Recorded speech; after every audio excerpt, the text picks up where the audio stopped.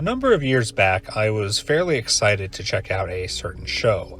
It had only come out around a year prior, I had seen a lot of positive reception towards it, and it also was one of only a handful of series licensed by NIS America to actually receive an English dub.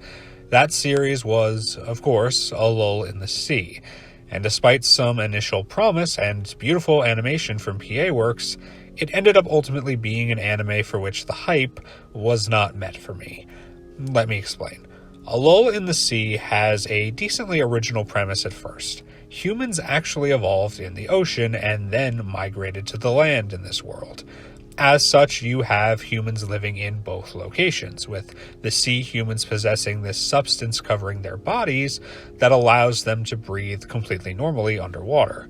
Our group of main characters are children from the sea who find themselves going to school on the land.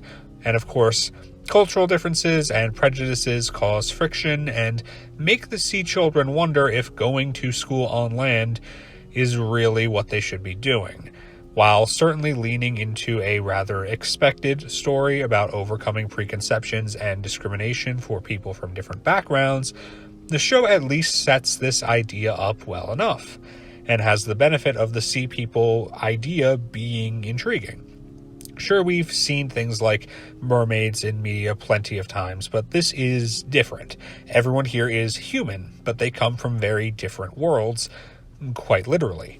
And while you do just kind of have to go with the idea that a civilization could exist and function underwater in the first place, and that this change in human development somehow didn't affect history in any noteworthy ways, the concept still does a fairly good job at hooking the viewer in so that they continue watching.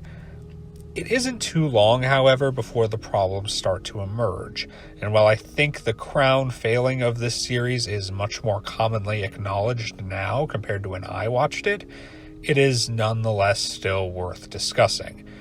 The primary focus of A Lull in the Sea is not the idea of overcoming discrimination between the land humans and ocean humans, at least not for long. This show's objective is to be a dramatic romance anime. We have a total of 7 main characters, 4 from the sea, 3 from the land, and the potential romantic pairings amongst all of them genuinely requires a chart to keep track of at times. 2 of the characters in particular, the main protagonist Hikari and the blue-haired Chisaki, both have 3 people the show suggests they could potentially end up with, including each other, while the other characters either have 1 or 2 interests each. Now, things like love triangles or scenarios where characters have more than one potential love interest are not inherently a problem. Something like a visual novel type story where one lead character has 5-ish characters to potentially end up with isn't new and has worked out very well in the past in terms of telling a compelling and justifiable romance. But that's not what we have here. No, this is more like a love dodecahedron than a love triangle. And the reason that's such a big problem, despite how much the show ends up focusing on it in general, is because no individual pairing gets enough development to make me interested or invested in them. There just isn't enough time to set up and build on each possible couple when so many of them exist.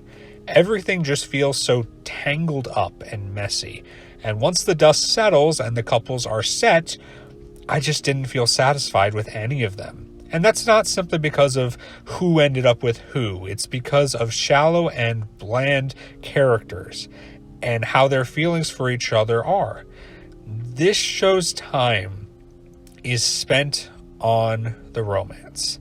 There are just too many of them running around to have any feel properly set up, developed, and resolved. So despite how much time is put into them, they just feel so empty in the end. An additional consequence of A Lull in the Sea's attachment to this form of romantic drama is that if you didn't care for it like me, there really isn't much left in the show to appreciate. The animosity between the land and sea people that gets introduced pretty early on, like it's going to be a critical element of the story, just kind of gets discarded entirely by the halfway point.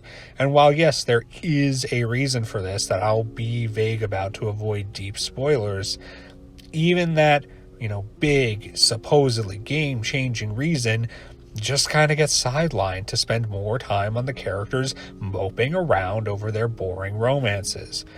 I just wish this series knew how to utilize its time better. Like, if they wanted to be this romantic drama, why couldn't they use the 24 episodes they had more appropriately and give a smaller number of pairings the focus they needed to grow and develop at a reasonable and natural pace? Or, if they wanted to have the overcoming preconceptions angle, why drop it so quickly? It makes me wonder what exactly PA Works wanted to achieve with this show. The second half of A Lull in the Sea also has an awkward implication simply just because of how localized everything feels.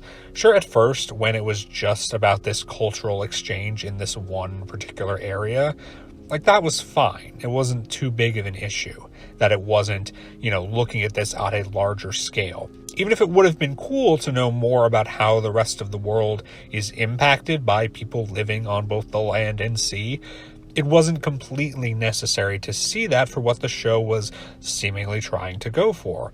But by the second half, with how massive the midpoint climax is and how severely it should change things, that impact never feels like it's truly being felt, because the scope that we are focusing on is way too small.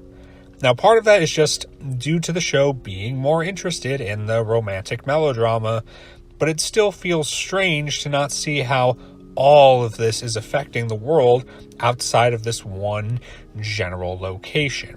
Again, this is just another example of this series having different priorities than I wish it had. It's hard to really feel much of anything towards the characters themselves. Disassociating them from their romantic feelings is difficult, when that is the main attribute the series uses to define them all. Take it away, and there isn't a whole lot left to look at. I will at least acknowledge that the main protagonist, Hikari, does develop at certain junctures in the story, and this does make him stand out a bit more compared to the rest of the cast. In fact, he was the only character whose name I remembered without looking it up, so I guess that counts for something. But that being said, he's not necessarily memorable for the right reasons. Hikari is incredibly reckless, angsty, and prone to snapping and yelling at others pretty often. Part of that is certainly there so that he could grow out of that behavior over time, but he could have stood to be portrayed in a way that was less consistently frustrating to watch every episode. Overall, A Lull in the Sea never entirely felt like it had a clear direction in mind. Ideas like the tensions between land and sea people, as well as the mid-series climax and its aftermath, are largely sidelined or forgotten as the narrative decides that the various romantic entanglements are going to fill up more and more time. And with so many potential pairings existing and none of them being given enough focus, setup, or payoff, the inevitable result was always going to be a series that offered very little once all was said and done. It does make me wonder what people saw in this show while it was airing and how it gathered the praise I recall encountering towards it back in 2015.